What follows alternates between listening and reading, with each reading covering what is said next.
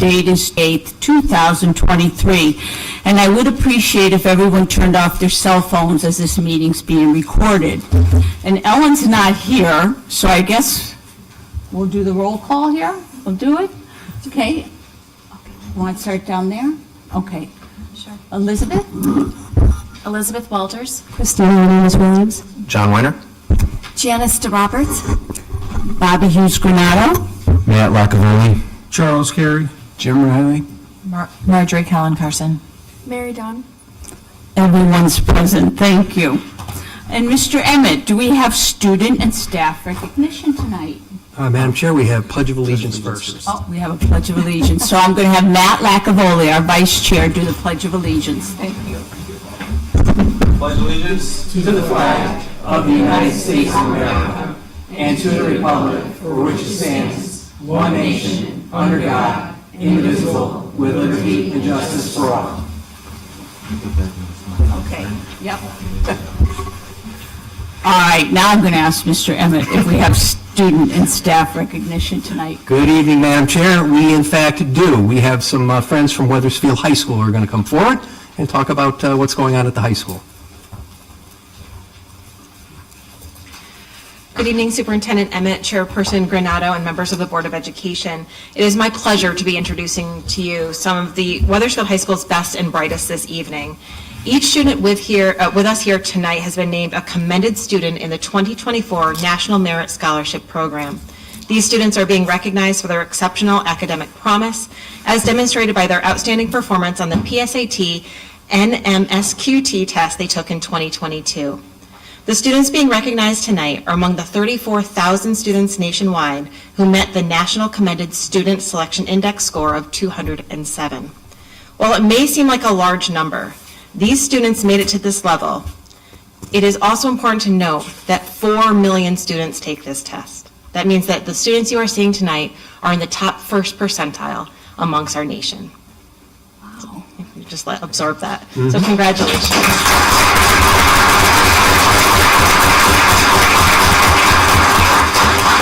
So congratulations to each of these students. We are so happy to recognize their hard work and dedication to excellence, and we can't wait to see what you accomplish in your futures. So I'm going to introduce you to the 4 students who are able to be with, or 5 students who are able to be with us tonight, and I'm going to do honorable mention for those who were unable to attend. First is Thomas B. Clark.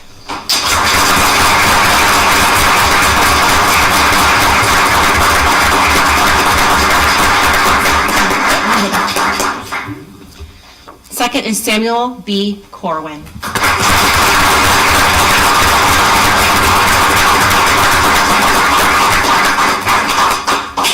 The next is Tess L. Parker.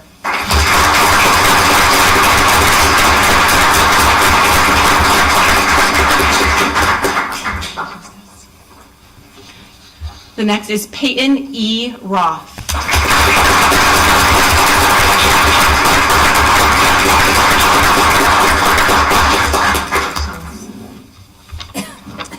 Those who are not able to attend with us tonight are Gabriel Frazzini Kendrick, Camille McWilliams, Carolina Parker, Solani Polar, and Noah Torrance. So congratulations to all of them.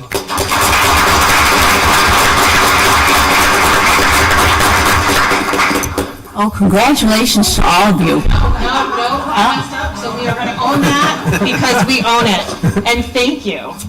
Thank you so much. I need to, now I'm really going to embarrass you. Mr. Oliver Geist is also with us tonight.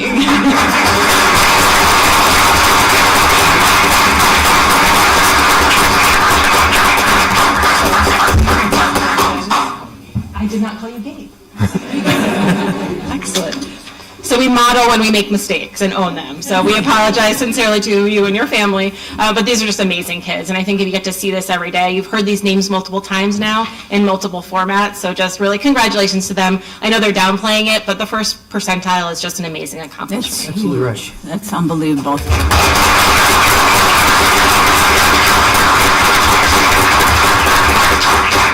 Anyone want to comment on that incredible feat? Well, I'm just going to say that's an amazing feat. I mean, everyone remembers taking tests in high school, and to get that kind of a score is phenomenal. Congratulations again.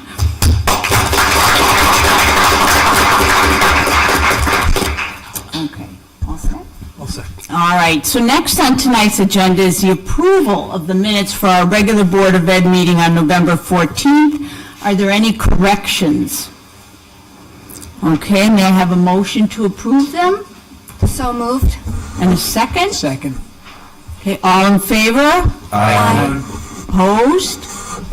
Any abstentions? So those minutes are approved. All right, and I'm making sure I'm staying on this.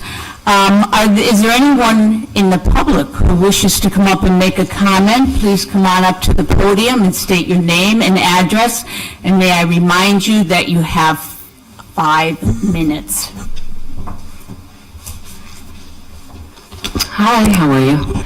I spoke a few weeks ago at one of the Board of Education meetings. I know we have some new faces here. So once again today, I want to express my ongoing concerns about the literacy curriculum in our district, which I brought to the attention to the board during the last meeting. Madam Chairperson, we need your name and address. Oh, sorry, Angela Egan, Clearfield Road, Wethersfield. So despite my attempts to express my concerns at the last meeting, there has been no response from the board members after that meeting. So first, I kind of just want you to kind of just reflect on your roles. I know personally as an educator, I can't sleep easy at night knowing what's happening in our school districts. So I guess I kind of want you just to reflect on your roles, and can you rest easy at night knowing that so many of our students may be underserved? How frequently have you visited classrooms? How frequently have you engaged with teachers or conversed with parents in our community?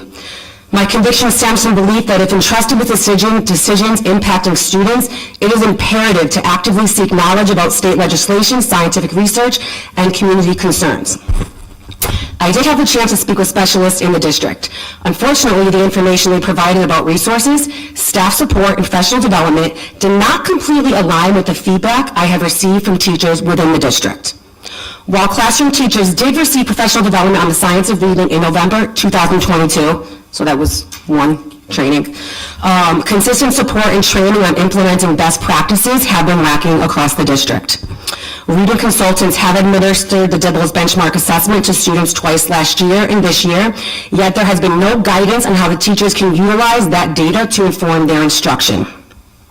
There is also no progress monitoring taking place, which the district attributed to time constraints and money. However, effective teaching requires the ability to track and monitor student skills growth, not solely relying on level readers, which look like this. So basically the district, as teachers go, as parents go to meetings and ask about how their students are doing academically in literacy, the teachers are telling the parents that their students are at a level. So levels A through Q, R, S, T. Those levels hold no meaning because these levels tell nothing about what a student is capable of doing in terms of literacy instruction.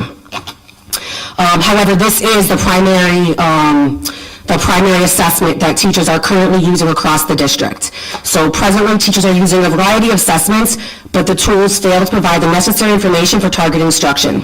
One key issue that emerged from the conversation that I had with specialists in the district was the apparent inequality of resource distribution among schools. It was suggested that all schools should be using the same resources. So that means every single school, every single teacher across grade levels is supposed to use the same resources. Okay.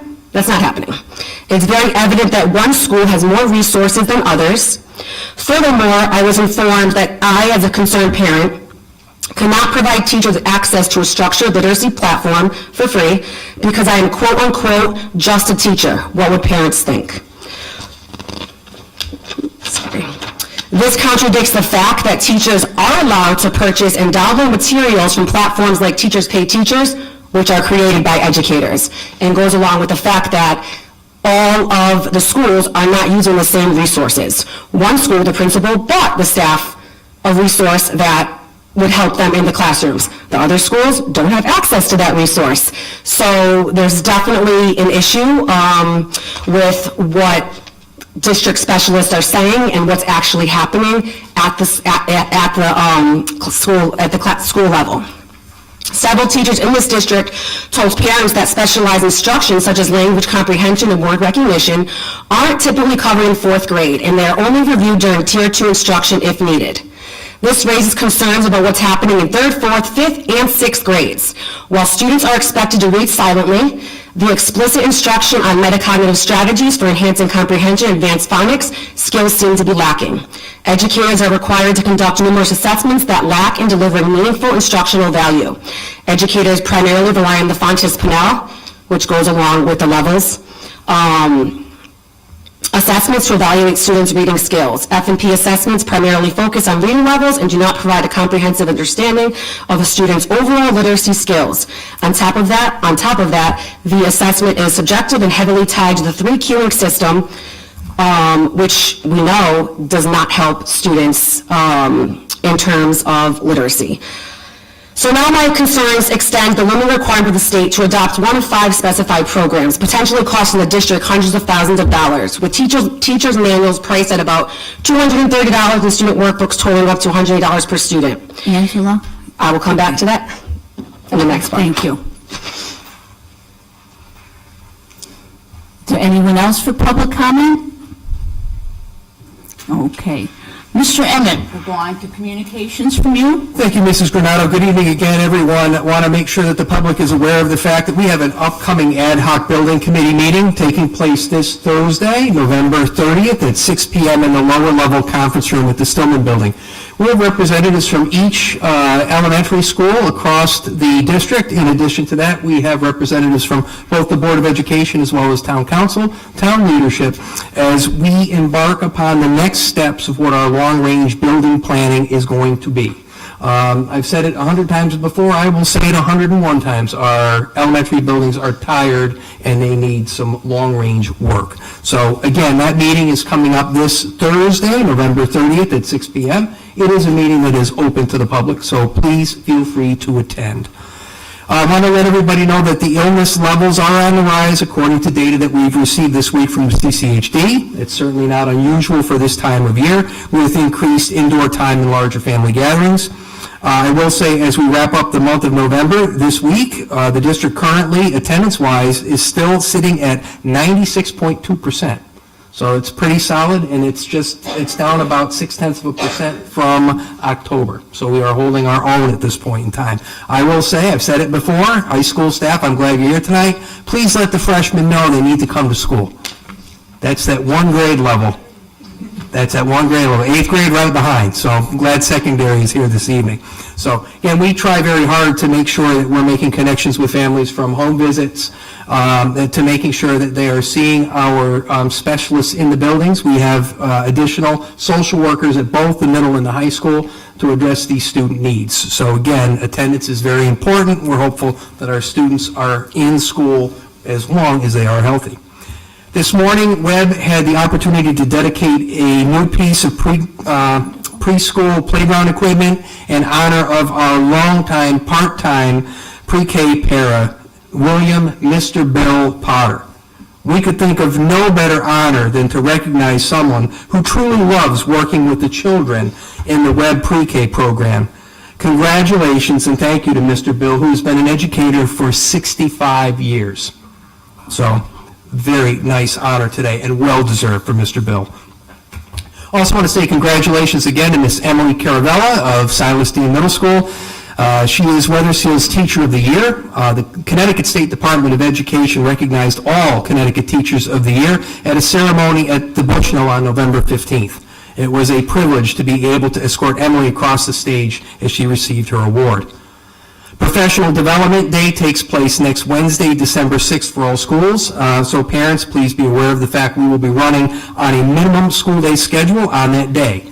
Also, not to get too far ahead, but Friday, December 22nd is also a minimum school day as we will begin the annual December recess. Board members, please note that December features only one regularly scheduled Board of Education meeting due to the break.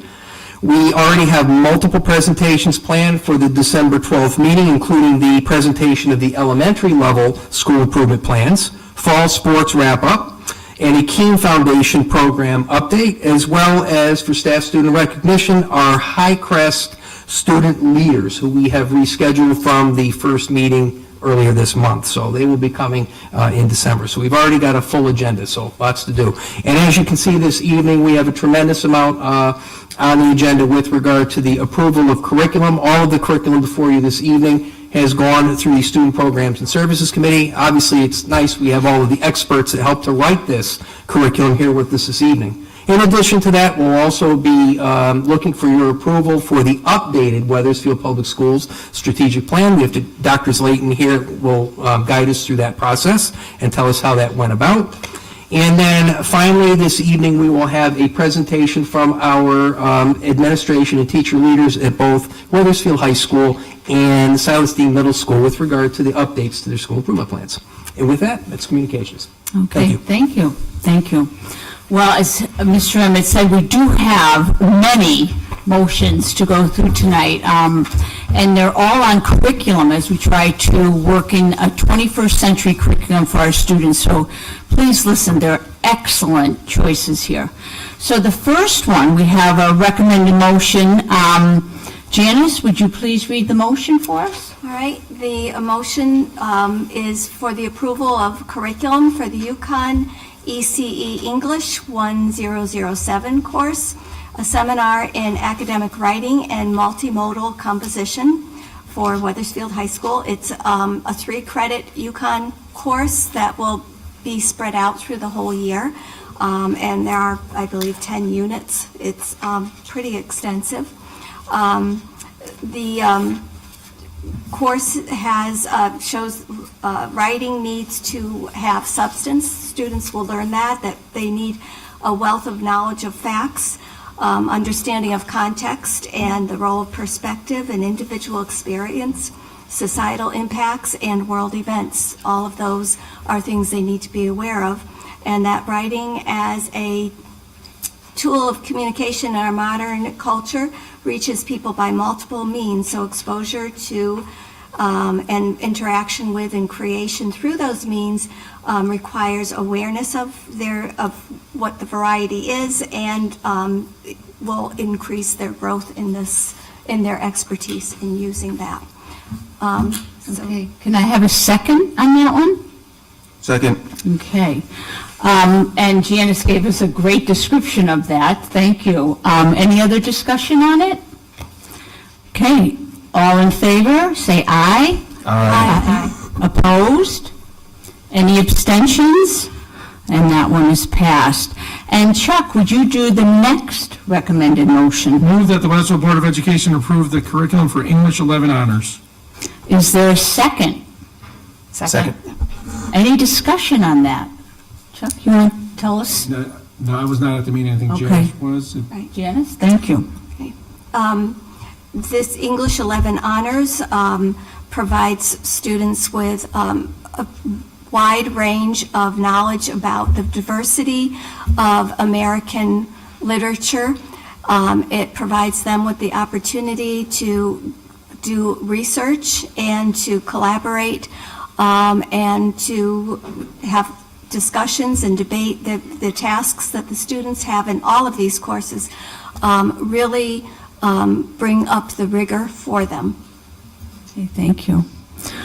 So we did a second. All in favor? Aye. Opposed? Any abstentions? And that passes. Our next recommended motion, Matt? Before I make my motion, I just want to thank the curriculum committee for working on this. I know it's time consuming, but it's worthwhile and it's much appreciated, so thank you all. I move to approve the curriculum for international studies at the Wethersfield High School. Second. Is there any discussion?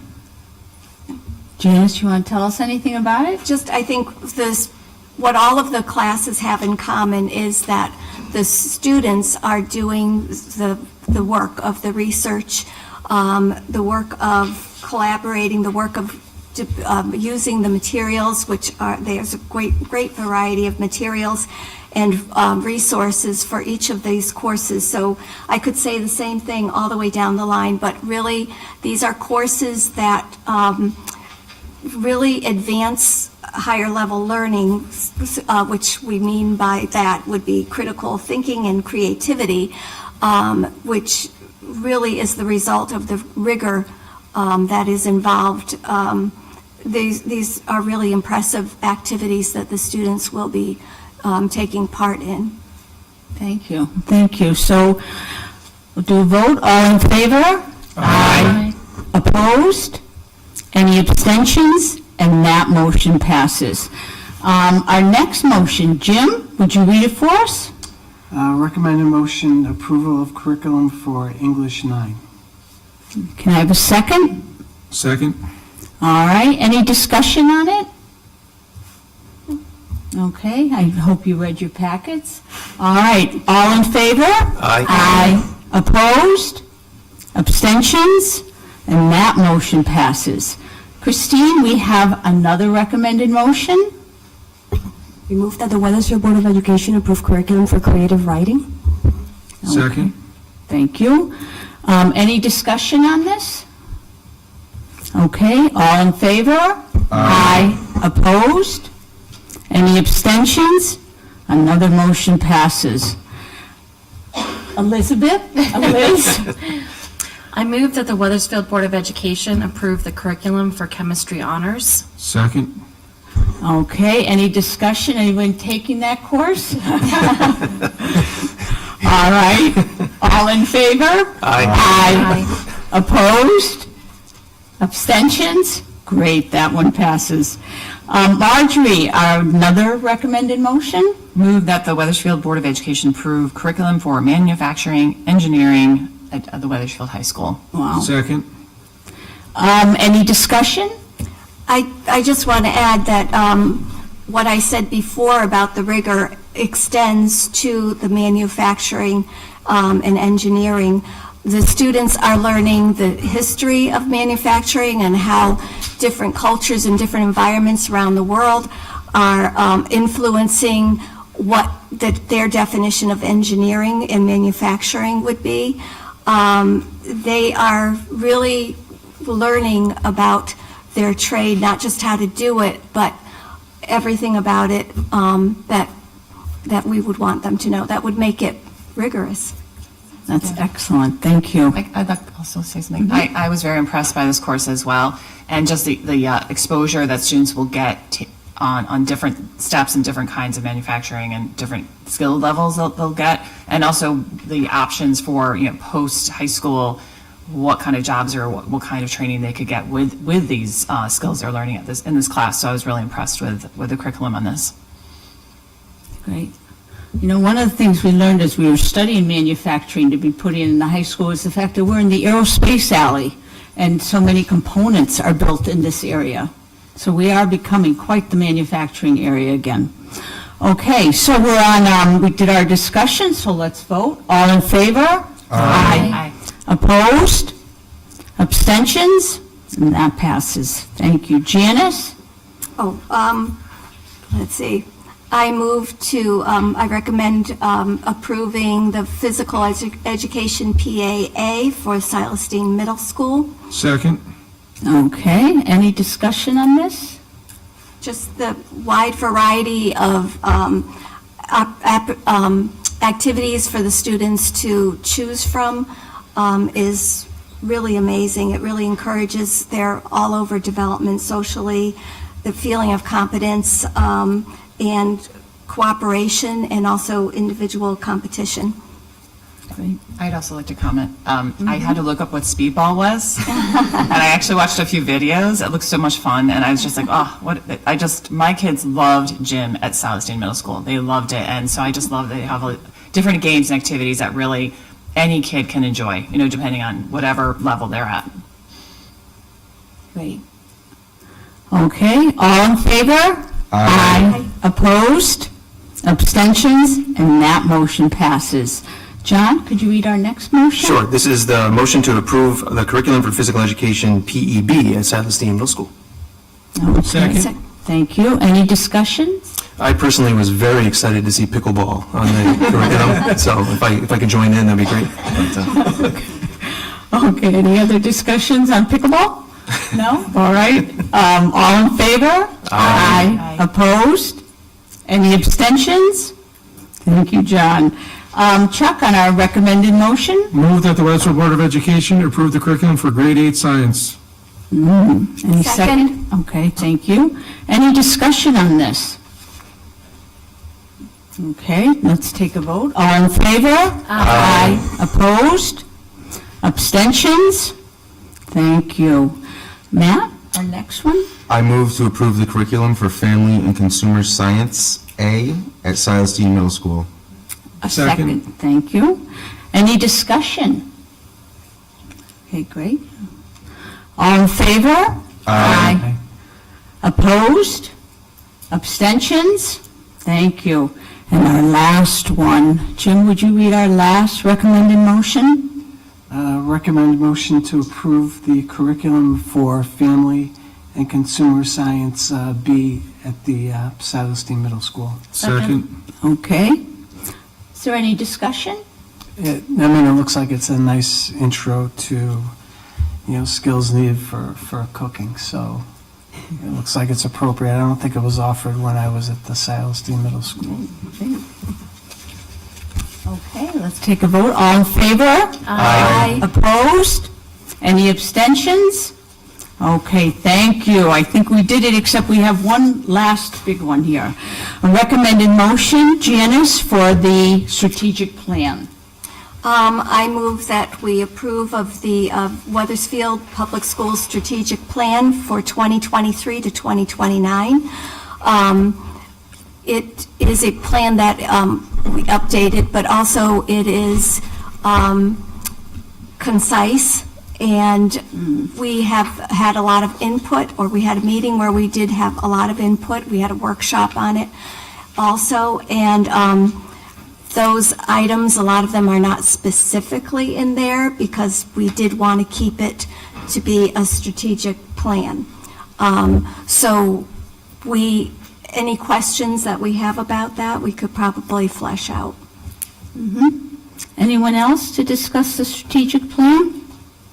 I did, go ahead, Mike. Yeah, I do, if we get a second for this, I do have a presentation from Dr. Slayton, just to provide I'll everybody. second it for the presentation. Wonderful, okay, Second. sorry, Thank you. okay. You want to come on up? Thank you.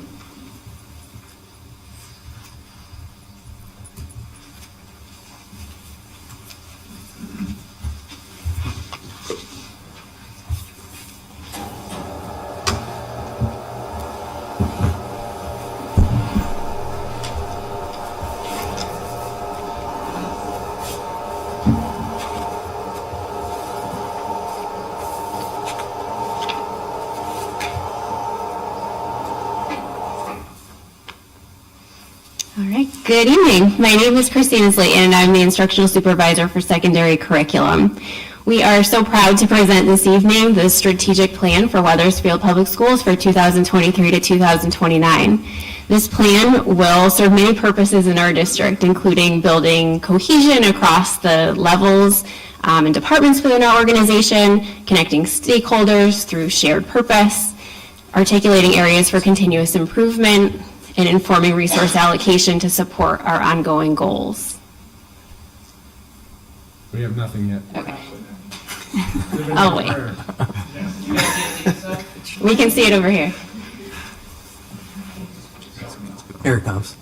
It doesn't say we need new light bulbs. There we go. It's coming through. Yep, we got it now. All right, so work on this plan began a year ago. The process has included multiple opportunities for families and caregivers, for staff, administrators, and Board of Education members to provide input and feedback. This feedback was integrated into multiple drafts, into 3 drafts, including the final presentation that you see this evening. The strategic plan fundamentally embodies Wethersfield Public Schools' mission, vision, and core values, and reflects our district priorities and theories of action around empathy, achievement, and equity.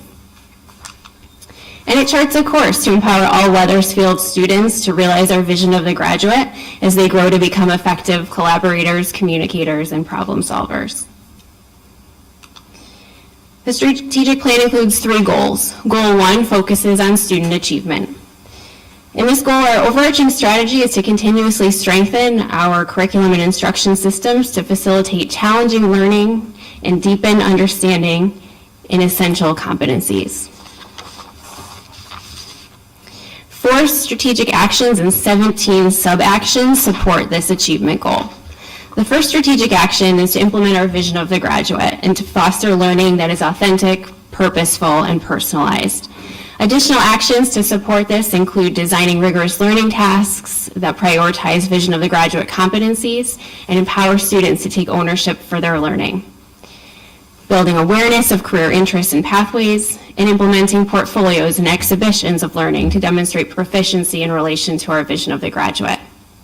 The second strategic action is developing systems to facilitate individualized learning and student success.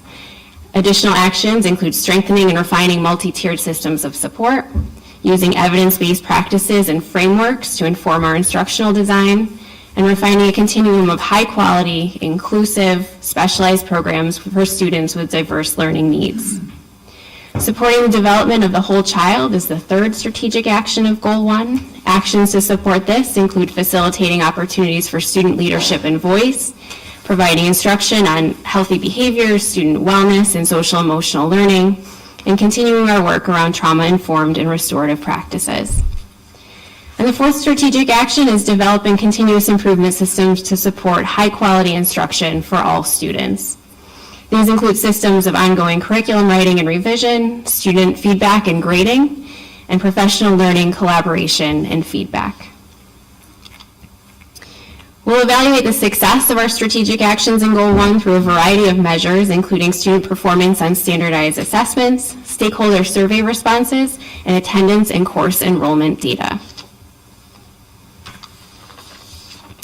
Goal 2 is around civic and family engagement. Our primary strategy here is to make the walls of our school permeable with student learning experience that extend beyond the school buildings and opportunities for the community to learn inside them.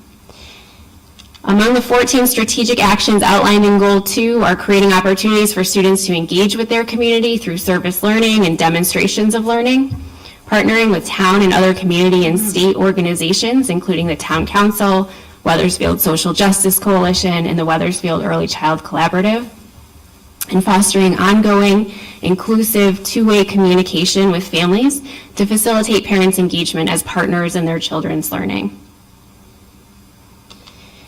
We'll measure the progress toward Goal 2 through stakeholder survey responses, family attendance and engagement data, and rates of student participation in service learning and other civic engagement activities.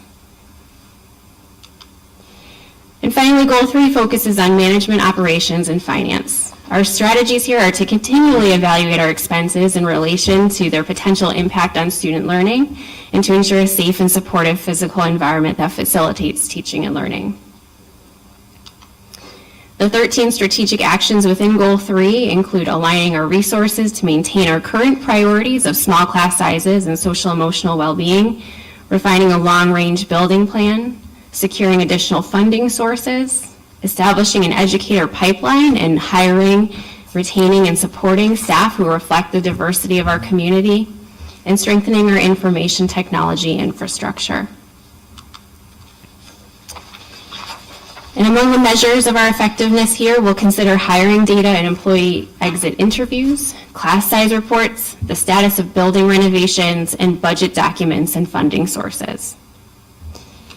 Finally, we recognize that this plan is effective only insofar as we use it to guide our daily work and long-range planning. Therefore, we highlight the ongoing review, development, and measurement of the plan's goals, strategies, and actions, and prioritizing these strategies and actions in relation to annual budgets as key components of the plan's management moving forward. And I'm happy to answer any questions you might have. Anyone with questions or comments? Well, I'm going to comment. I don't want to steal Jim Riley's thunder for his report on the Career Advisory Board, but so much of this we had last night in a meeting where we're having our students in the high school go out for internships and for shadowing, and we're having people in the career fields come in to talk to our students so that they can start getting a plan for what their future will be And actually, it's a wonderful group to be with, and the ideas that are being proposed to this Career Advisory Board are just excellent, right out of this, and so I'm very pleased to see that.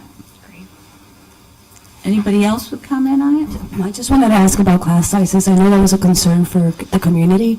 Do we have a report of elementary ed and then secondary ed, the class sizes? I know for elementary ed, sometimes it depends on how many teachers per grade, but as a teacher, I know I have one class of 30 kids, and then other classes are smaller, and it's just how you schedule classes and what's available, and if there's a singleton class. So sometimes, I know teachers, you know, that's what it is. That's what you have. That's the staff you have. But I know parents really wanted to have that question answered. Sure, I'll defer to Mr. Emmett on Yeah, that. thank you, Dr. Slayton. Yeah, every October, we provide the annual class size report, and that starts from preschool right up through age 22 for our students at the Transition Academy. So that is contained on the website. I'd be happy to include it in the Friday update as well for your review. So we do that every October 1st based upon our PSIS number so that we know what we have. Now, I will say, during the course of the summer, with our enrollment and our number of registrations, we are constantly watching. So this year, we had an uncharacteristically large number of kindergarten students coming into Webb. So we needed to be able to, you know, think on our feet, and we created a classroom space over at Webb. So this year, we have 3 kindergarten sections. So we tend to focus in terms of kind of the priority on class sizes, the more primary grades first, get the higher priority. Again, I've got a couple at, 5th and 6th grade that are 25, 26, which are kind of on the fringe for me. But I've always said this in my time as superintendent, it's the quality of the instruction. That's a key piece. So that's one of the things we look at. But I'd be happy to provide that. That'll be in the Friday packet. Okay. Anyone else? I like the part about encouraging or increasing possibly community engagement with or volunteer opportunities for students, especially at the high school level. I feel like sometimes I just see this as a parent where kids are maybe desperate suddenly for a volunteer opportunity because they want to fulfill a National Honor Society. And I didn't know if there's like a list or some sort of like place where people can go or students can go that is commonly these people need volunteers or these people, but just a place or some sort of communication that students know if and the community knows that there's students that would be happy to volunteer for them. So I would love to see that increased or learn more about it. Great. I don't think we have such a list, but it's a great idea, and we'll certainly work to compile one. Thank you. Great. I want to make another comment about the secondary parent conferences. I think it's a wonderful idea. I'd love to hear how it first is implemented and then how it continues from the high school. That's a great idea, and have the students there with you as the parent and the student owns his learning or her learning at that point. That's great. Okay, and yep, Janice? Just one last thing. I am encouraged to see that we have incorporated the suggestion about utilizing the district website and social media to highlight the progress towards actions. So we'll be looking forward to having the websites have more information and be more accessible with links that are easier to get to. So that will be appreciated, I'm sure. Thank you. Okay, we have a second on this, I think. Should we go on? Okay. All in favor? Aye. Anybody opposed? Any abstentions? Okay, thank you, and the strategic plan passes. Thank you very much. Thank you, Dr. Slayton. All right, so tonight, we have our report on our secondary school improvement plan.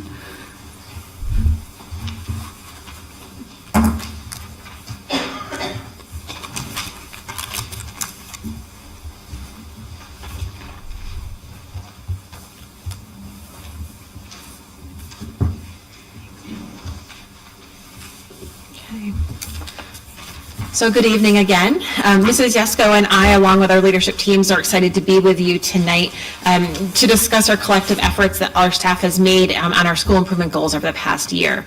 We are all very proud of the work that we are doing and have done and will continue to do to ensure that our students in Wethersfield have the best middle school and high school experience possible and are well prepared for whatever their future plans may be upon graduation from Wethersfield High School. During tonight's presentation, you will hear from all of the members of our leadership teams from both Wethersfield High School and Silas Deane Middle School. We will share the highlights with you of the great work that is happening in our schools this year and beyond. As we have highlighted in past presentations, we take an integrated approach to our school improvement efforts, led by our district's 3 pillars of empathy, equity, and achievement, our vision of the graduate competencies, and our in alignment with our Wethersfield Public Schools strategic plan. This ensures that our work is streamlined and supportive of our collective efforts to foster a safe, supportive school environment where all students and staff can succeed. For our presentation at the high school, you are going to hear from all of our different members. It'll seem like a train sometimes, but we think we got it coordinated. So first, you're going to hear from Ms. Cindy Bryan, Tyler Webb, and myself in regards to our empathy focus areas. Good evening. I'm Cindy Bryan, school counselor in Wethersfield High School and department liaison.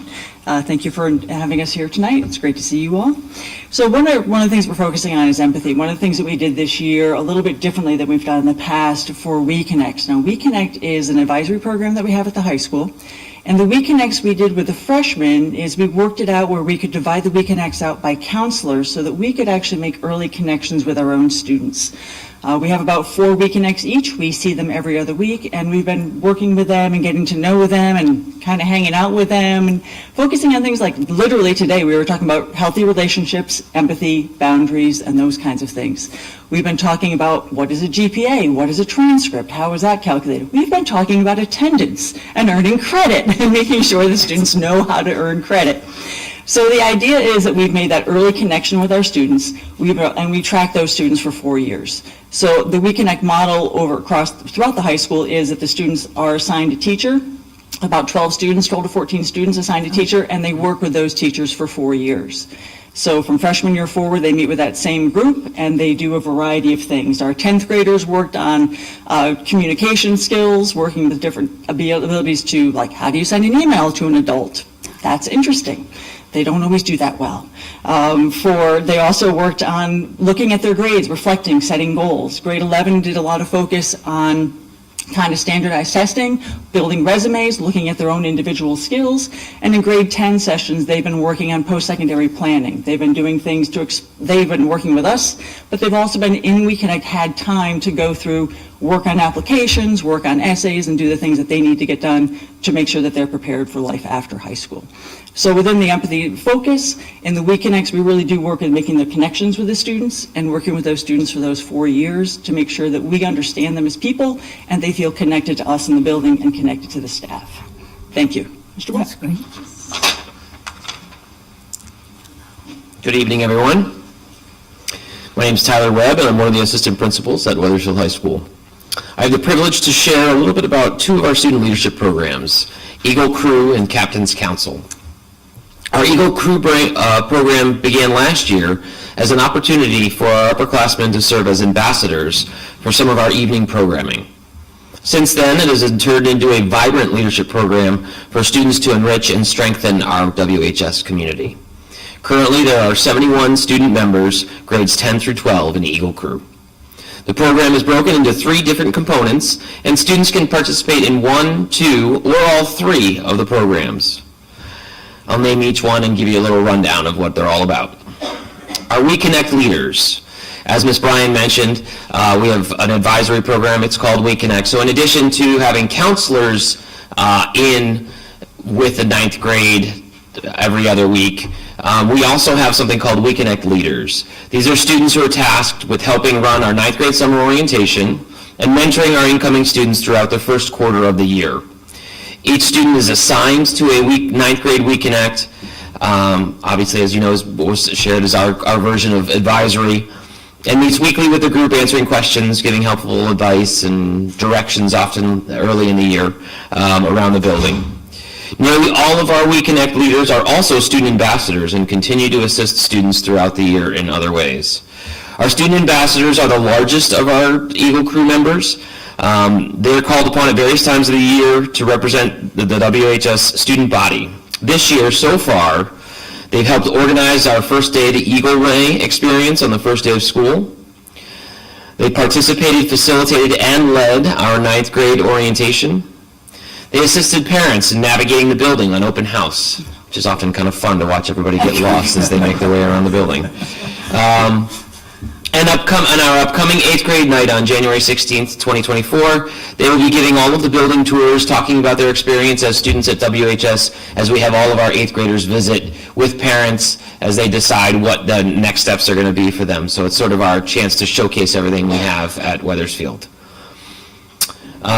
Additionally, these student ambassadors assist the counseling department when new students enroll at WHS. They give the tours of the building and help new students acclimate to WHS. Lastly, we have peer tutors. Peer tutors forego their own study halls and are enrolled in academic study halls. They are tasked with helping their fellow students who are struggling with their studies.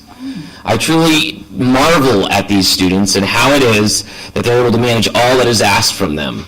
They give up their own study halls, they help others, they're taking AP classes, they're in all sorts of extracurriculars. They truly are the students, many of whom were here earlier, and I know Mary is one of them as well, who really give everything they have to the Wethersfield High School. Moving forward, our goal is to increase the number of students who participate in the Eagle Crew program. Without a doubt, their efforts make WHS a better place, and we would love to see more of our students give back and participate as members of the Eagle Crew.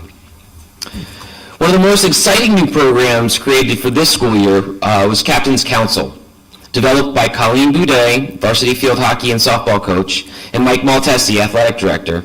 The Captain's Council is a weekly meeting for varsity athletic captains to discuss their new role and the challenges that come with being a student leader.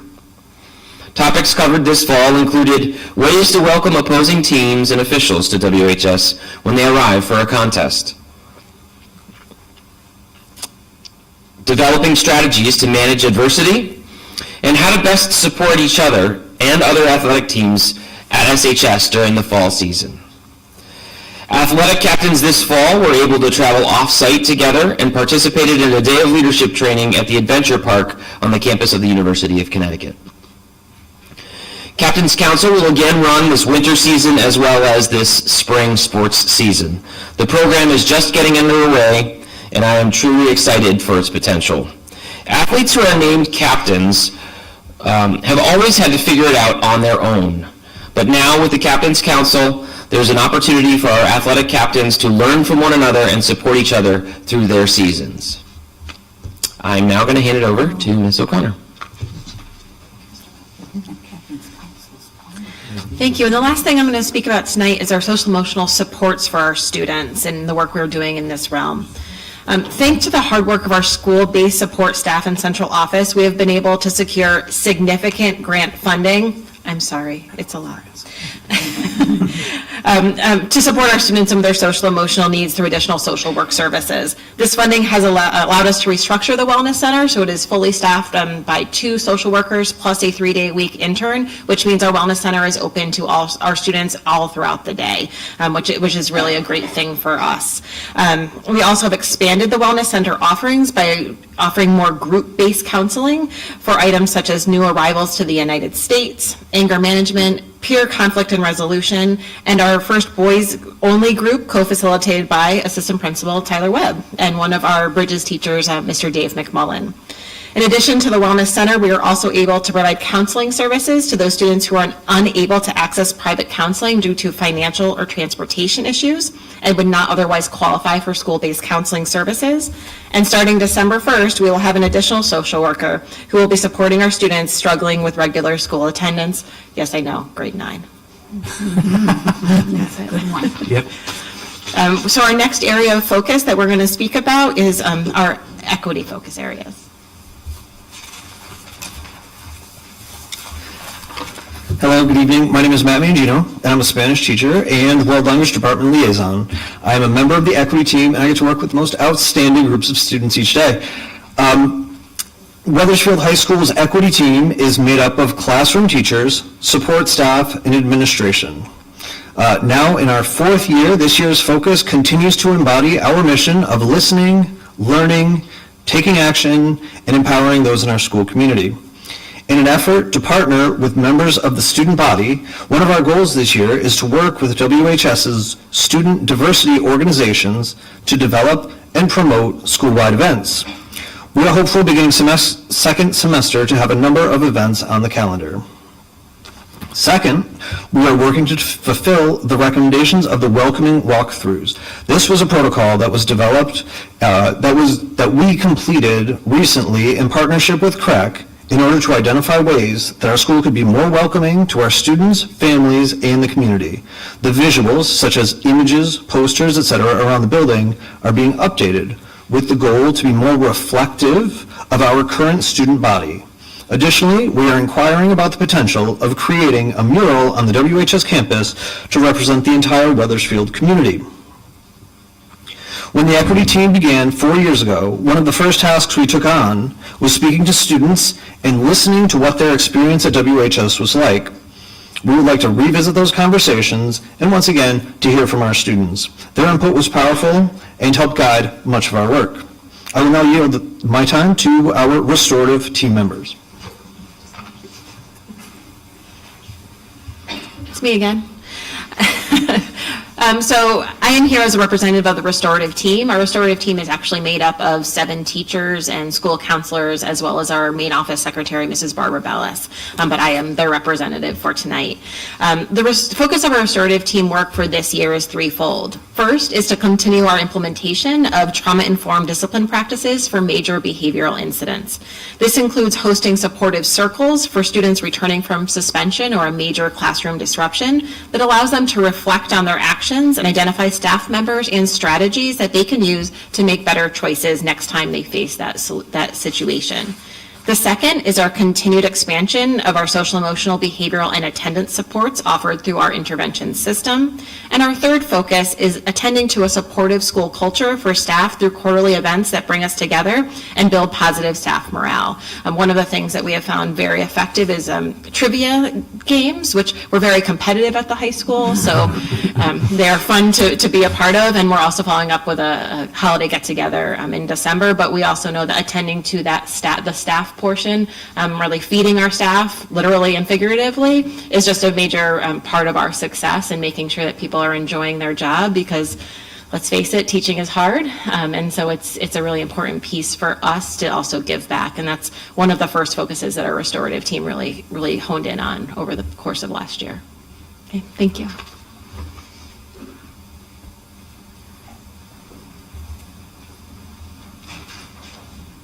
Hi, good evening. I'm Kimberly Troy. I am the Science Department Liaison. Nice to see everybody tonight. I am here to talk about the Instructional Equity Team, which originated 4 years ago as an extension to the Equity Team that Mr. Mr. Mangino spoke about. Our group is composed of teachers from various content areas in the school who have a shared interest in pursuing this equity work to ensure that all of our students have access to active, engaging, and rigorous learning environments. Our most recent work, which mostly centers around PD, was last December. We facilitated a PD about Tier 1, 2, and 3 vocabulary words, which I know you probably saw embedded in the curriculum documents that you reviewed, where we're really focused on building vocabulary for all of our students so that they can engage in this more challenging, rigorous work. And then this past February, we actually facilitated an equity and inclusion PD where we focused on giving teachers the opportunity to take a survey and reflect on their own classroom practices and how they could improve on issues related to equity and inclusion. We collected data from the teachers, had extensive discussion in our instructional team about what we learned, and we've used that to inform PD, future PD, but also PD that we had after that, and the need for more collaborative time. So this summer, I'm happy to report that we engaged in a book club about how to collaborate as teachers and leadership team with a review of a book called The Power of Teacher Teams. So we engaged in that work this summer. That work does continue, both in the leadership team and the instructional team this year. And I think it's really helped us kind of inform how we work with our own departments and their collaborative time. And then lastly, something I'm excited to sort of report for this year, we're looking to expand our instructional equity team to include students this year. So we're looking at members of our Future Educators Club and Blue Eagle News to launch what we're calling Eagles in the Classroom Student Spotlight, where we can just highlight all the wonderful things that our kids are doing around active learning and their work as collaborators, communicators, and problem solvers, which you heard about earlier with our Vision the Graduate. So stay tuned for that as we continue to build on this work. I'm going to pass it on to our achievement group. Thanks. Good evening. I'm Stephanie McKenna. I'm an English teacher and English department liaison. And our small group here, we're going to talk a little bit about collaborative teams. This is something that we formally completed this year successfully. It's really exciting because we have common planning time together, which is new at the high school, and it's very exciting. So for example, in the English department, we all have 8th period free, and that is when we meet and work together, because time is the most valuable thing in teaching, and there's never enough of it. So this is devoted, dedicated to time that we use together. We use it to plan, we use it to discuss assessments, create assessments, work together, set goals. A lot of us set the same school-wide goals for ourselves, for our evaluations, and right now we are in the thick of planning out midterm exams, which is very exciting for us. It might not sound that exciting, but it is exciting. And we're going to continue that with PD next week, but we just have that time together. And that's thanks to our administrators. We've been asking for a long time to get that time, and they've worked for it. So our principal, assistant principals, and our current Silas Deane Middle School principal helped us get that time. So, you know, it's something we really appreciate, and it's just such an important resource for us.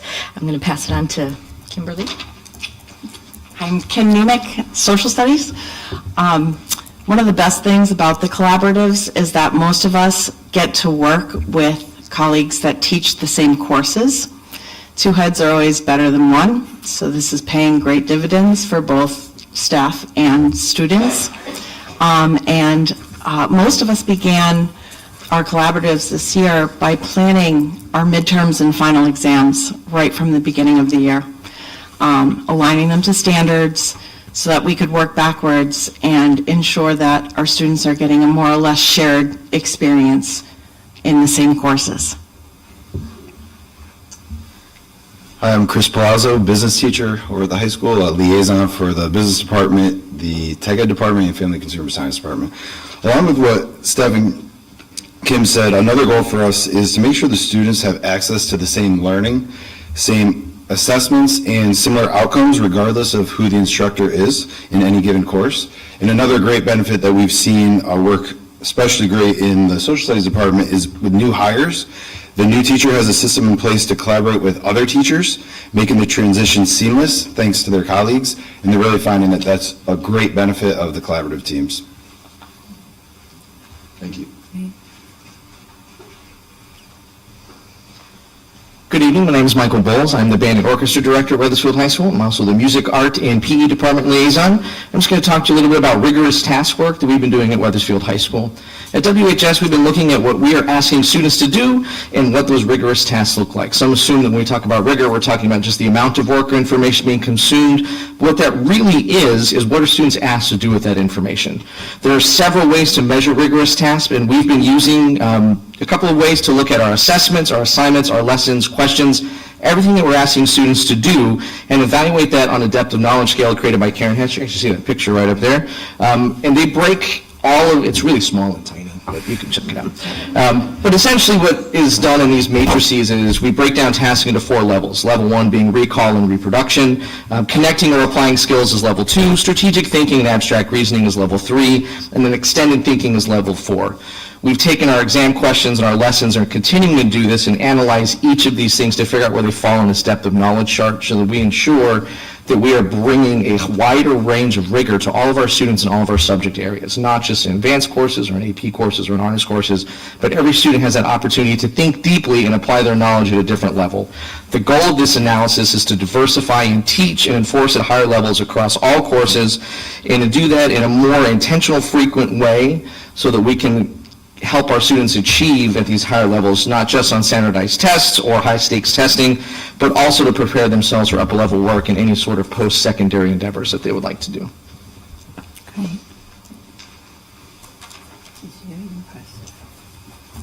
Good evening again. Wethersfield High School is continuing its ongoing efforts to write or revise curricula in every course and then maintain those in ongoing 5-year revision cycles.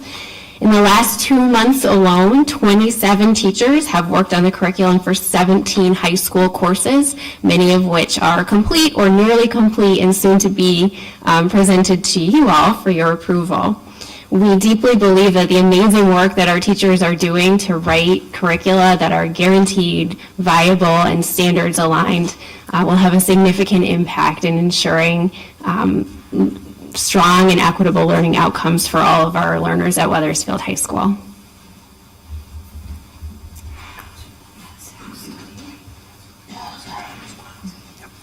Hi, I'm Julie Friel. I'm the Special Education Liaison for our department. And I wanted to talk to you tonight about our most effective teaching model that we use in the special education department. So right now we offer co-teaching to primarily freshmen, and it's in the areas of English and math. What that looks like is there's a full-time certified teacher who's really the content area expert and all the material covered in the course, and they're paired with a full-time special education teacher. And they are more of the expert in how is that information delivered to all the students so that they're met with success. Now, the data that these students come out with, we look at the SRI, which measures their reading comprehension. We look at STAR Math and STAR Reading. And really the growth that they're showing coming out of these classes is amazing. Dan's going to talk about that in a little bit. But we hope next year to offer it for more students. So we hear about all the courses that are being revised and being implemented next year. So if we're able to offer it to grades 9, 10, and 11, all the students will have access to that rigorous curriculum. And Dan's going to share a little bit about his experiences. Dan Jensen, Math Department Liaison. I co-taught last year for the first time, 32nd year teaching, first year co-teaching. I was scared out of my mind. Didn't know what it was. And I have to say, I co-taught with Amy Leith, who was absolutely phenomenal. So having taught the co-taught classes, what was really kind of great, I thought, was one of us was the content area specialist, one of us was the delivery or the working with the student specialist. Some of these students can be trying. I know it's hard to believe that Wethersfield students can be trying sometimes, but even having a different personality in the room, having where Amy, I need a break, or she says, Dan, I need a break. When you're leaving me as the calm one in the room, you know it's a really crazy day. But like what Julie mentioned is that the growth that we saw, and I just think of some of these students who came into high school and just, do we have what they need, and can we work with them, and to see that, just that slow growth of confidence where they get that special attention. You asked about class sizes. I think I had a class of 10 students with two of us working with them, and you could really individualize that instruction and just see phenomenal growth. And this was in the algebraic foundations class that I worked with them, and to see the success that they're having this year in Algebra 1, academically, but as well as that confidence and socially, it's great. When a kid that you had last year as a freshman gave you a hard time, walks by the hall and gives you a fist bump, it's just a great thing. So I think we continue it.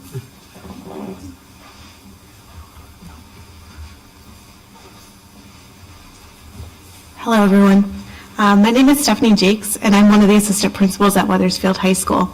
I'm here today to talk to you about the continued refinement of the multi-tiered system of supports, MTSS, at Wethersfield High School.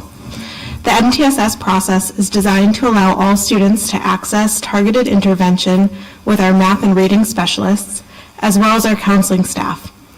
Through the MTSS process, school counselors work with students on decision-making, emotional regulation, and improved executive functioning skills, and our math interventionists and reading interventionists work on supporting foundational skills to allow students to access grade level content.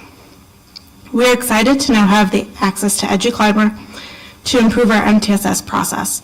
This software allows Wethersfield High School staff to quickly analyze student data and to identify students in need of support. We are excited to offer another intervention to our continuum of supports, a high-dosage tutoring grant to support students in 9th grade mathematics. This grant supplements our current intervention model and provides funds to have a math tutor come in for part of the day to work with freshman students who have been identified as needing math support. This tutor will start during semester 2. Finally, this year at WHS, there is a new executive functioning group organized by Mrs. Jennifer Lindsay, one of our school counselors, and Mrs. Silvana Pepitone, one of our psychologists. In this group, Mrs. Lindsay and Mrs. Pepitone are using the online CogMed program, which helps students practice positive executive functioning skills. Mrs. Lindsay and Mrs. Pepitone also work with students on organization to help support their schoolwork. Thank you. And I'm going to introduce Silas Middle School. Hi, everyone.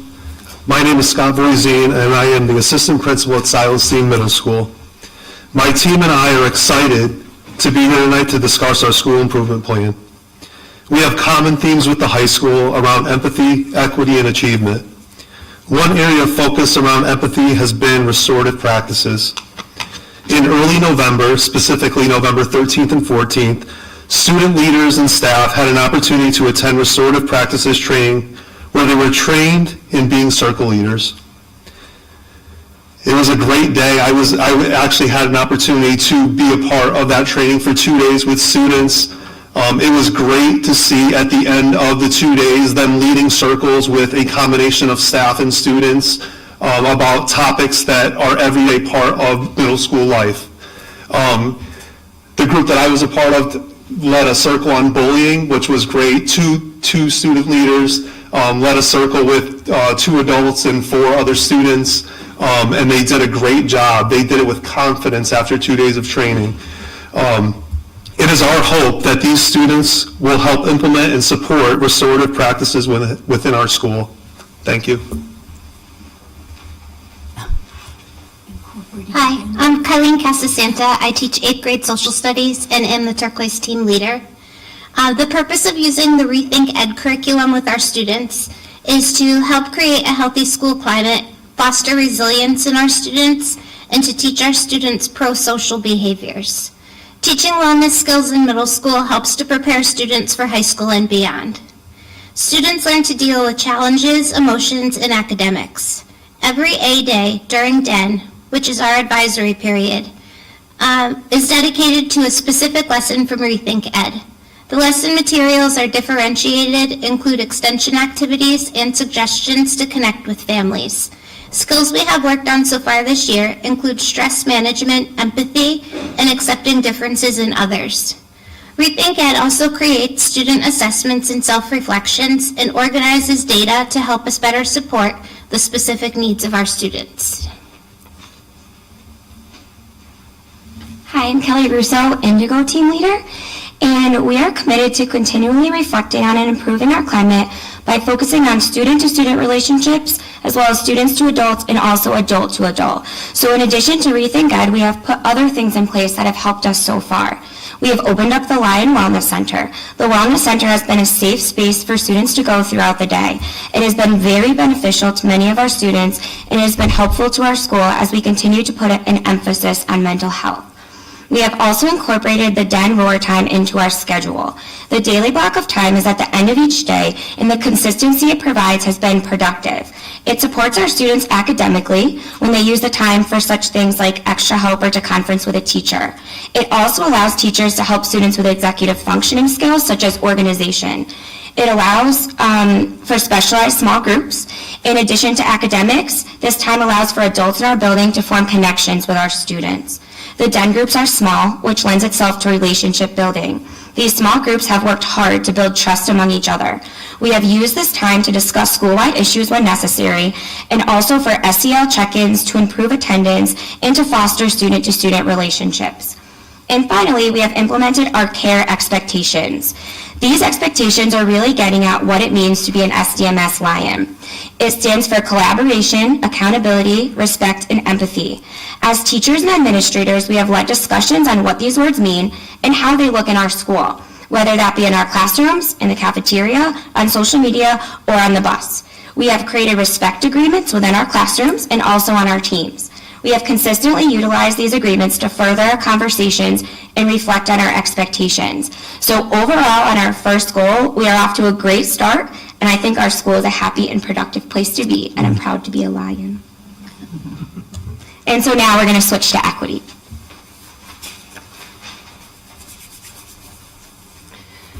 Good evening, my name is Megan Dossie. I'm a 7th grade language arts teacher, and I'm the Green Team leader.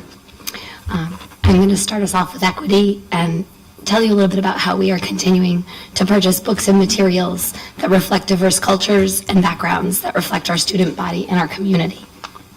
Our school continues to cultivate our classroom and school libraries by adding titles through a lens of finding diverse, authentic voices and experiences. The Silas Deane Library used diversity audit tools to do some of this work. The School Media Center was able to purchase $2,000 worth of titles from the Kelly Tetrault Memorial Fund that were specifically targeted for these types of titles.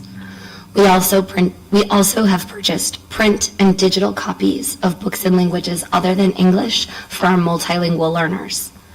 Within the classroom, teachers have selected authors of short stories and novels that provide students with opportunities to read stories from diverse perspectives. These titles are promoted in a variety of ways, including displays, bulletin boards, and curated collections on our digital catalog. Finally, recently our school has hosted 2 authors who've brought diverse characters and perspectives to our students. Last spring, through a grant from the WEF, Pablo Cartaya, a Cuban-American author, visited Silas Deane Middle School. Each student received one of his books, which included Spanish language and Latino culture within his stories. And additionally, Jean Zulik-Ferrolo, whose books focus on the refugee experience, also visited and held writing workshops alongside her co-author, Ndengo Gladys Molelo, a refugee from the Democratic Republic of Congo. Amazing.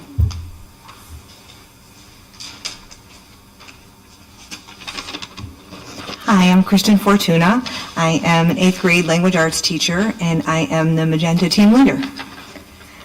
Our school equity team works with staff to help promote a supportive school experience that includes students of all different backgrounds.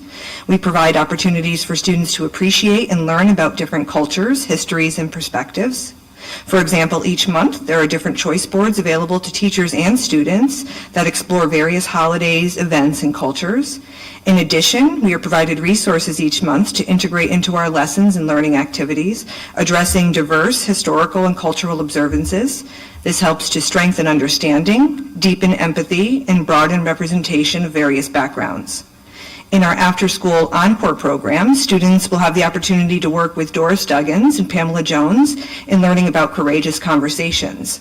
This training is based on the Courageous Conversations Compass that highlights moral, intellectual, emotional, and relational questions, ideas, and perspectives. The purpose is to help bridge the gap and learn about different cultures and backgrounds, and encourages our students to be leaders and spread awareness about different backgrounds, cultures, and equity. Thank you.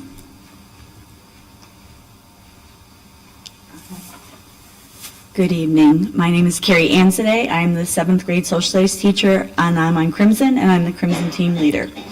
So I have the pleasure of addressing you on equity.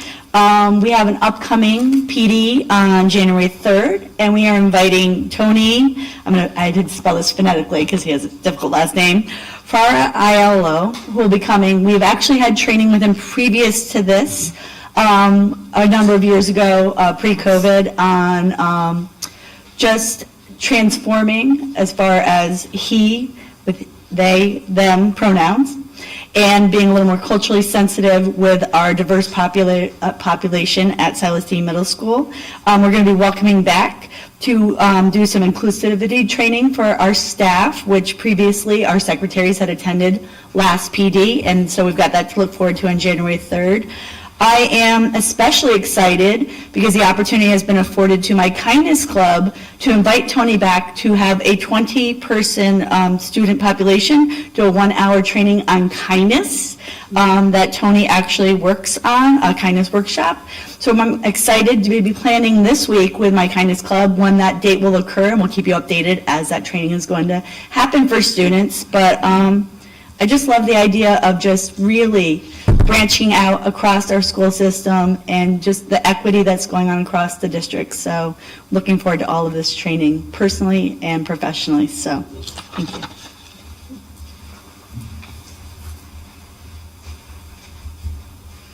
Hi, Emily Guerrera, Family Consumer Science teacher at Silas Deane Middle School and the Unified Arts team leader. I'm going to start us off with achievement by talking about the curriculum. So first of all, thank you for approving Family Consumer Science A and B tonight. Otherwise, I would probably just have to sit down and play this one out. As someone who started her teaching career here in Wethersfield 8 years ago, I walked in, my curriculum was a binder. I flipped to the first page, and it was last written in 2002 when I was in second grade. I was very excited to hear that curriculum writing was something being offered and jumped right on board working with Christina. So mine is done, yay, but we currently have 15 courses in the works, everything from social studies, science, music, art, PE, which you guys also approved today, health. So we're making a lot of changes which need to happen. We know that as society changes, as our students grow, their needs change as well. So our curriculum is being updated to reflect, what's most current and what the kids need to go on to the high school and then also on to life after high school. Thank you. My name is Lisa Mandeville. I am a 7th grade math teacher and also the team leader of the Orange team. I promised that I would keep it within 20 minutes, so if you will indulge me.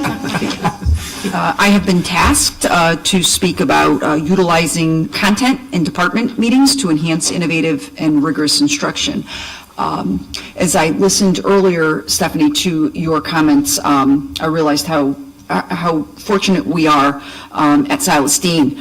Each content area meets once every 4 days, and during that time, grade level content teachers meet to plan lessons and create tasks with regard to planning, pace, and common assessments.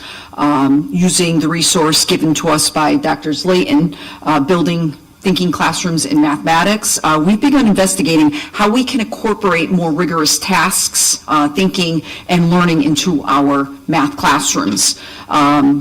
Specifically during the last professional development that we had as a math department, we discussed where some of our present performance tasks fell on the Hess rigor matrix, which combined Bloom's taxonomy and Webb's depth of knowledge. I believe somebody at the high school had spoken to that earlier.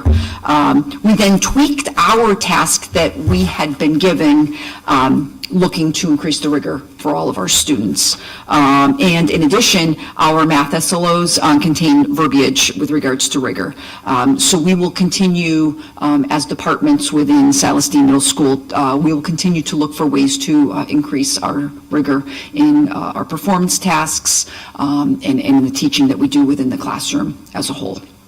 Thank you. Under 20, very good.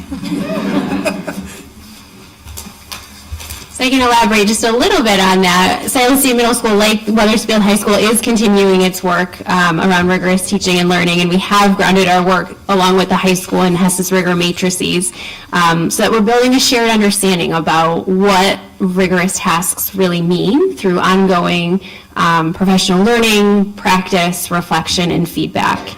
Through this work, our goal is to empower all students to be cognitively engaged, to exercise perseverance through a challenge, and to feel the sense of achievement that comes from engaging in learning experiences where their thinking is stretched as problem solvers, collaborators, and communicators. Good evening, Taylor Yesko, principal at Silas Deane Middle School. I get probably the best spot of the night going last. Drs. Layton and I arm wrestled since we're at the end of the alphabet, so I wanted to go last. No, just kidding.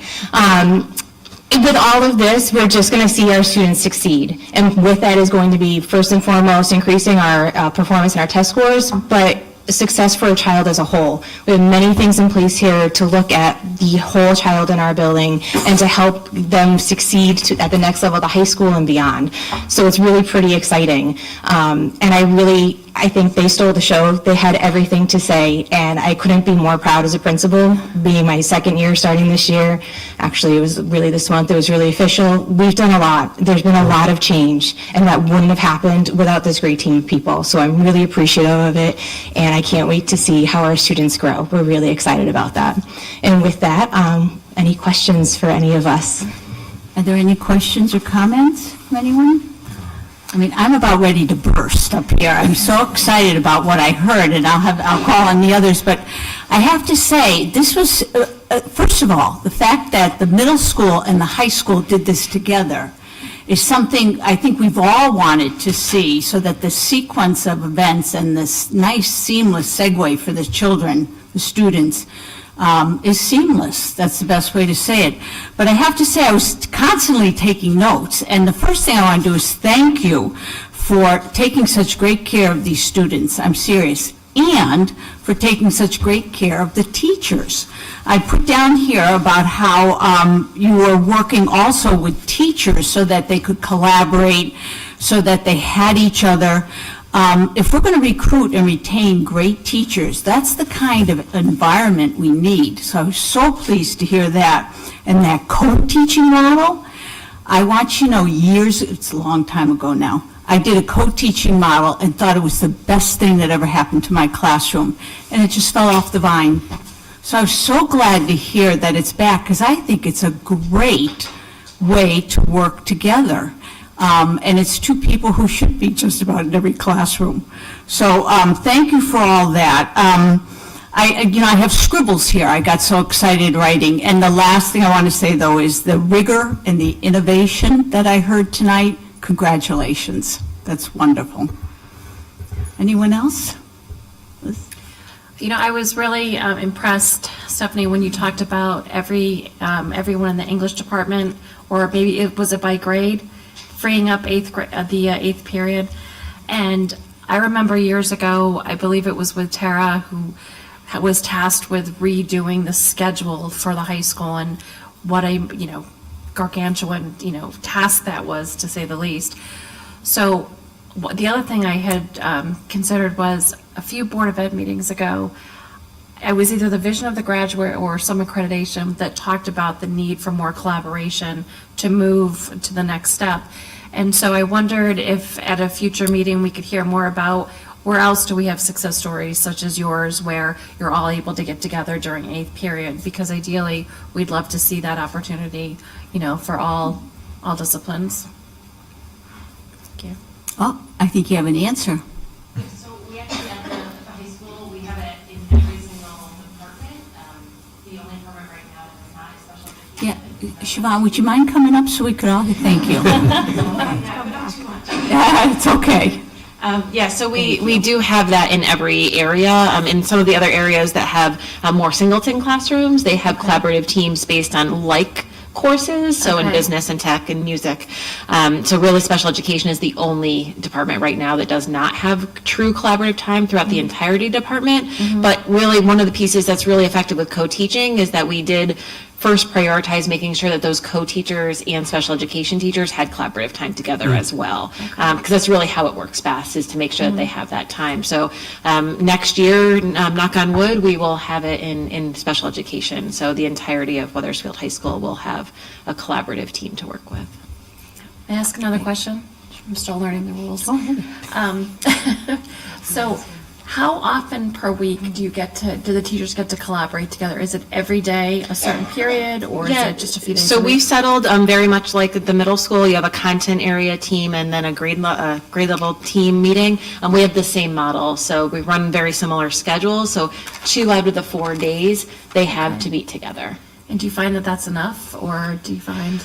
Or could you always want more collaboration? So I think there are people who sneak that time in, right? We say that's the minimum expectation that we all have, but I know that there are people who do that more. There's also a lot of on-the-fly meetings, and when you happen to have another period together that people meet. But we wanted to establish that floor, but it's certainly not the ceiling.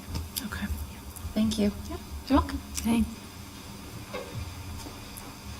Just to add more to that too at the middle school, so we've been running content teams and grade level team meetings, but we did readjust our schedule to make sure that happens on a more consistent basis. So we have that one period, 1 out of the 4 times for both of those. We also have our UA team meeting, and then we also have something that's very valuable to us too with our meetings with our support teams to talk about students, again, that whole child piece, and we also did include those meetings with our UA staff. They see every child in the building, and it was very paramount to increase that line of communication. So we were really happy with, after the scheduling committee got together last year to come up with this, to be able to provide that. And our world language group also gets time to get together and talk, which was huge. They were really asking for that. So our 4 teachers at the middle school are able to do that. Thank you. I'll ask a question of Ms. Yosko. I was just very excited that the Wellness Center was able to open up at the middle school, and I was just curious, like, how did it get introduced to the students, and have they started to really use it? Like, Oh, yes. I think our soft opening was at the beginning of October, but myself, along with the rest of the support staff, kind of went to each den and had a personal conversation with that small group of students as to what it was, what its purpose was, and wanted to hear their thoughts and see if they have any questions. I think we're also at the point, too, where we've had a conversation with staff as well and kind of asked some questions and wanted to make sure everybody kind of knew its purpose and why it was necessary. But we're going to be revisiting that with staff too, because we've been open now for about 2 months. So let's talk about things that we're seeing. What could everybody do better to make sure it's successful and make sure we're meeting all the needs of our students. And then we sent that message out also through Parent Square to our parents to let them know what was happening with that. And students are utilizing it throughout the day, sometimes once, sometimes more than once throughout a day or a week. And they are now greeted with 2 social workers in there, because we also have a grant where we now have someone from Reflections. So we have 2 staff members in there. So it's open all day for our students.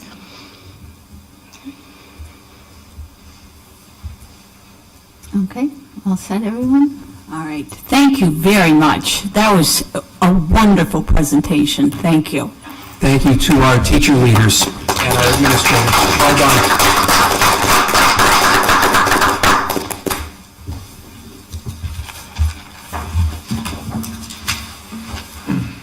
I was just going to tell them they could stay because they have an audience. Thank you. They've earned it. They have. Certainly earned it.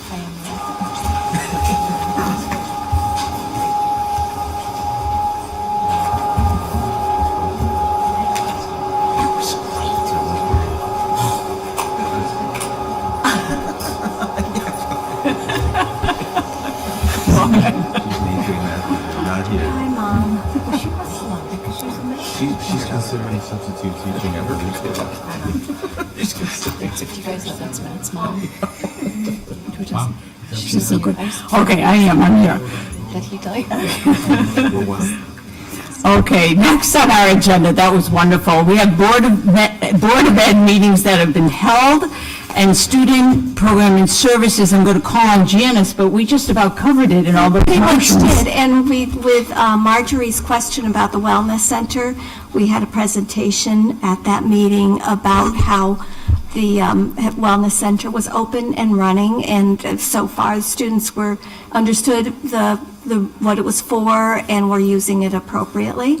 We also heard about ACAP, an alternate high school programming that is after school mostly for students who, for various reasons, are not successful or cannot access their education during the school day. They might be it might be a student who has to work full-time to support the family, and it works out better for them. They also have access to the last period of the day. They could start their school day then, and it goes till, I believe, 5:45. Correct. And or they might have some other things that maybe a comfort level that isn't there for the regular school day, all the trappings. They just need to get their degree.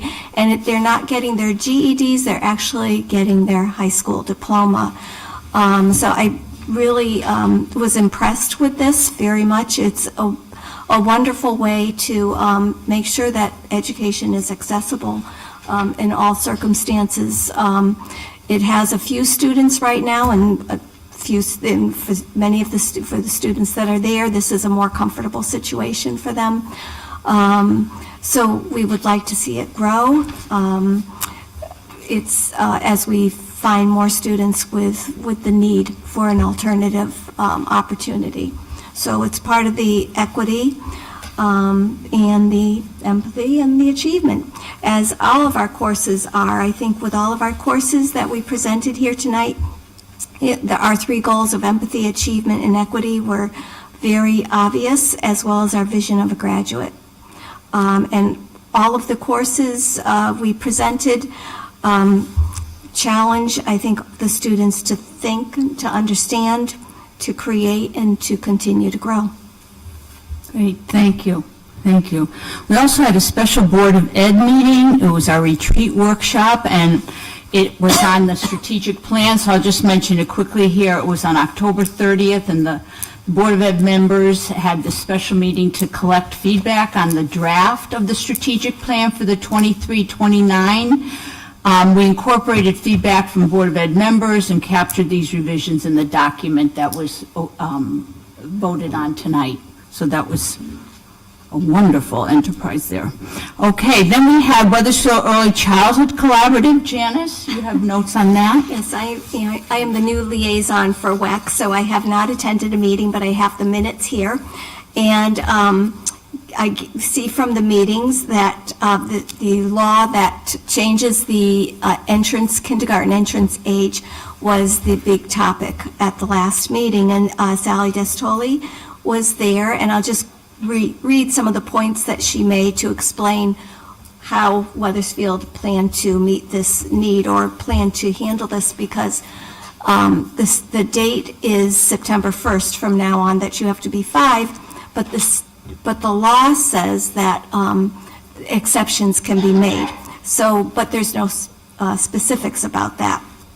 So according to what I have in the minutes, Sally was saying that there are approximately 60 to 70 Burr babies who will be ineligible for kindergarten in the 24-25. And the Burr, it took me a minute and I realized, oh, September, October, November, December. Thanks for telling us.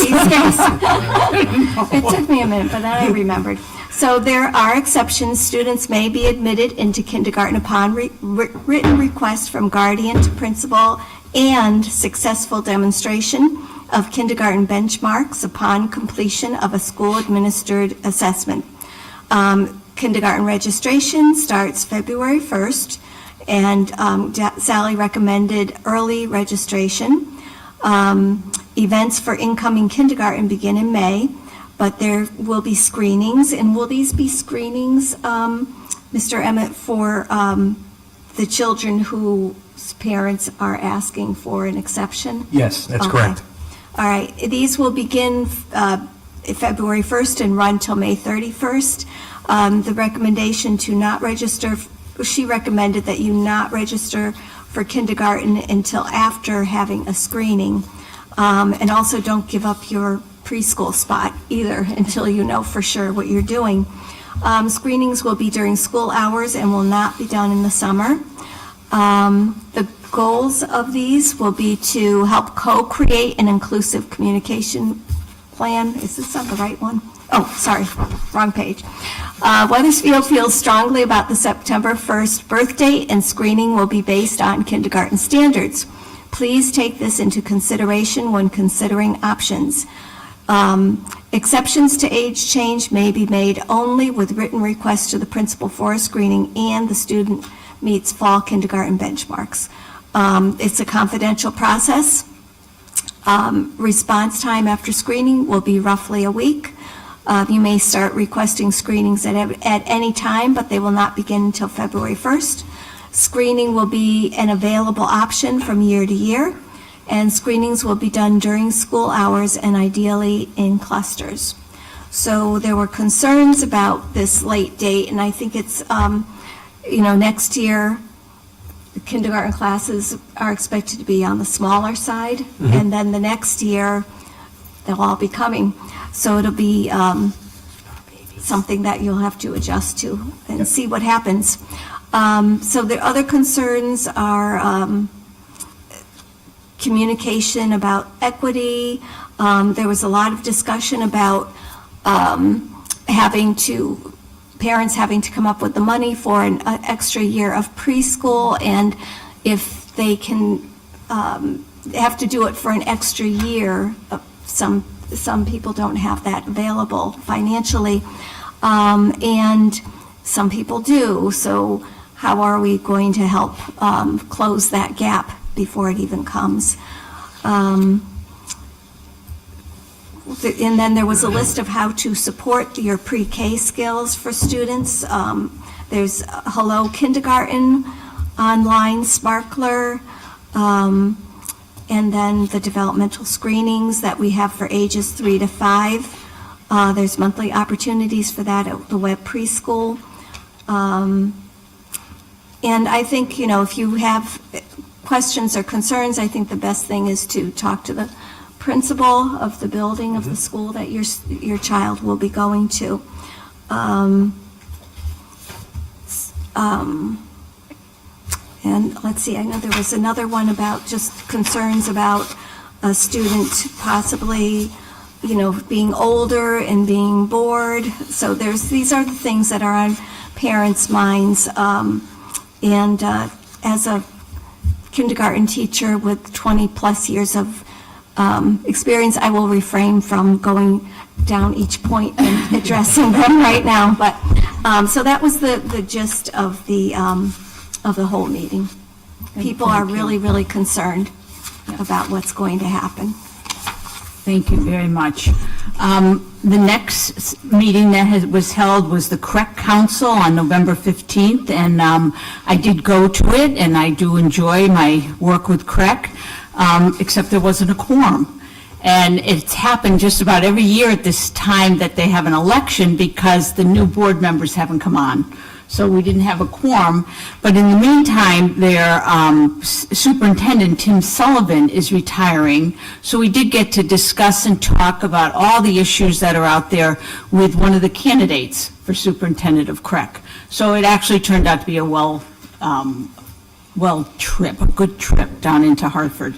All right, and now we also have meetings scheduled. We have the Wethersfield Public School Finance. How could I skip you, Matt? I'm so sorry. Your mom left. I know. I'm mad you got skipped. That you were neglected. Okay. Matthew's going to do finance for us. Thank you. So prior to this board meeting tonight, we had a Finance and Operations Committee meeting. Currently, we are 0.15% over budget, slightly higher than last month, but this is still normal. This number always varies, and it's planned for. I'll just give three major takeaways from the meeting. We had unbudgeted expenditures due to projected substitute teachers. The substitute teacher budget is always a driver and a major moving line item on a monthly basis, so we always have to keep an eye out for that. Secondly, we had unbudgeted expenditures due to additional bus routes for outplacement schools. If a student lives in town and we can't provide what they need, we have to outplace them, and that includes transportation. This is something to think about come budget season, when we possibly look to hire more special education teachers and specialists and keep these students in district. And finally, early insurance premium projections are looking high, possibly another double-digit percentage increase, which also factors considerably into next year's budget. So those are the three major takeaways from the finance meeting tonight. Thank you, Matt, I think. Thank you. Okay, meetings that are scheduled, we have the Wethersfield Public School Elementary Ad Hoc Building Subcommittee this Thursday at 6 o'clock at Stillman. And the public is invited. The committee is set, but the public is invited to attend. Okay, is there anyone wishing to make a public comment please come on up to the podium and state your name and address, and may I remind you that it's 5 minutes. Angela Egan, Clearfield Road, Wethersfield.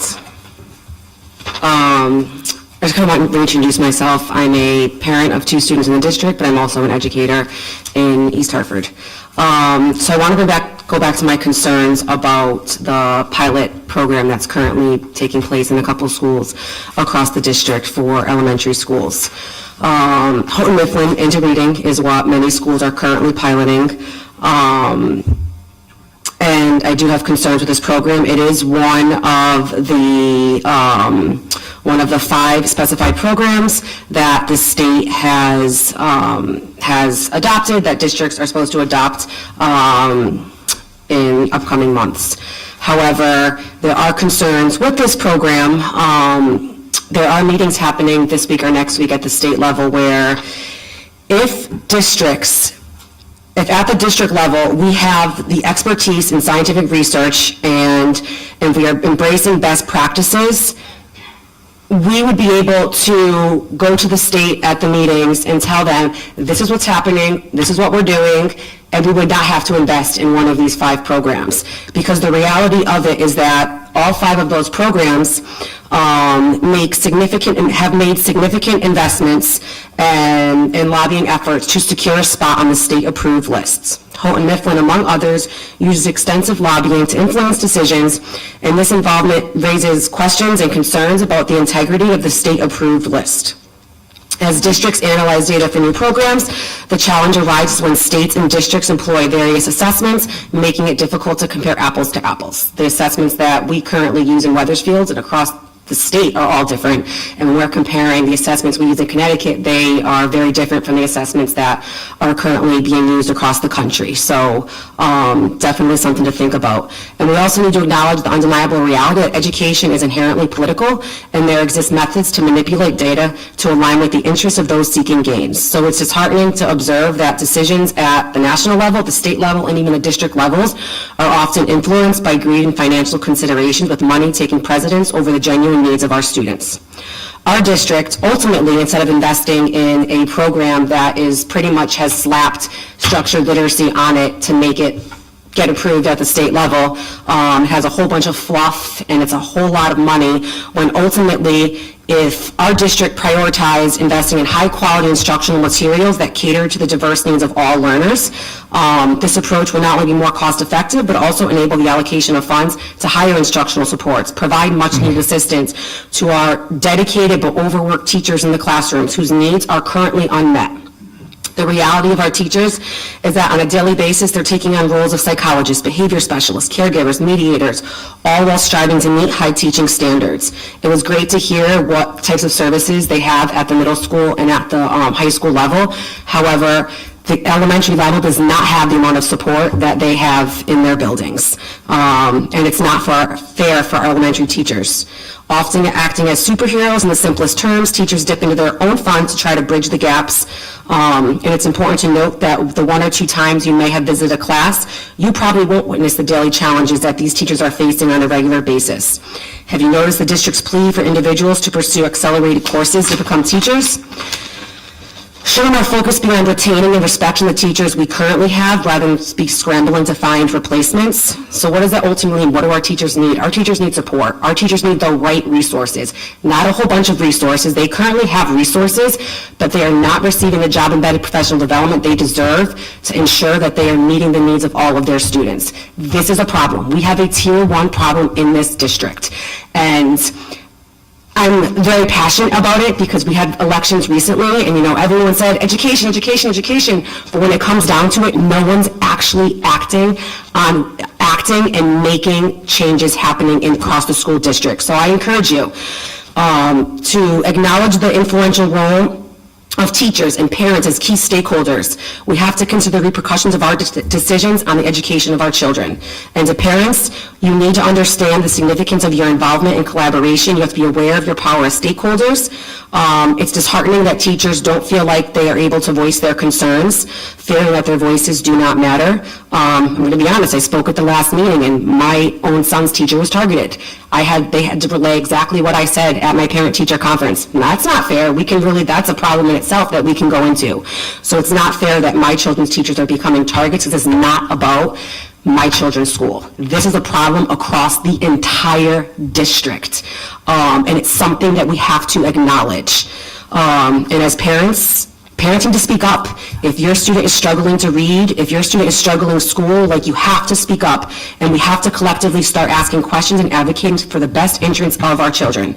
We can no longer afford to be silent on these critical issues, and I encourage you are on this panel. I encourage you, if you are truly passionate about what you're doing, if you are truly aligned to our district's missions and values, you need to speak up. You need to advocate for our students. Point of order. Thank you. Thank you. Okay, are there any board comments? Janice? I had the pleasure of seeing Bloody Murder. It was really, really wonderful. The students their acting was amazing. So I enjoyed it thoroughly, the whole storyline and the production and how well they did it. I also enjoyed going to the alumni art show. That was really interesting to see what kind of careers the alumni had chosen and how they've kept up with their art and in what ways. That's it. Okay, anyone else? I'll get you. Jim? Yes, yesterday was the meeting of the Career Advisory Board, and it was a really great meeting. The goal of the Career Advisory Board is to get folks integrated into the workforce after they graduate. So, it's great that we have this education, but we need to, place folks afterwards. The Career Advisory Board is run by Mark Danaher, who's an employee of the Wethersfield High School, and he does a great job. And one of the things we discussed was trying to get, I guess, folks, their job goals out early. So rather than have them, not figure out anything until after they're graduated, we're trying to get them integrated earlier.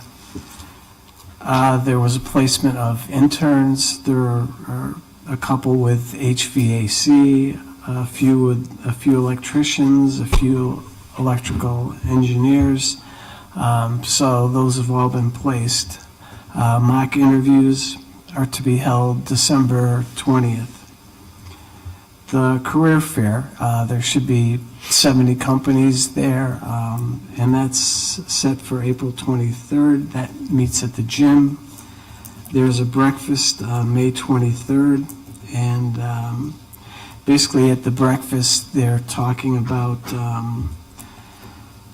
what their career experiences were, and discussing, how basically going through their careers. And one of the things that was presented was the architecture. So that was a great point at that career fair. Afterwards, there was a discussion among the board members, basically trying to, figure out what businesses we had contacts with, and just growing the breakfast and also the career fair. And that's all I have. Thank you. Thank you. Thank you. Anyone else for comments? Really quickly. I just want to say that it's a pleasure to sit up here with you all. I know that we already had one board meeting, but that last one was kind of celebratory. I look forward to sitting through many more of these meetings with you all and working with you all in committees. Thanks, Matt, I need you there.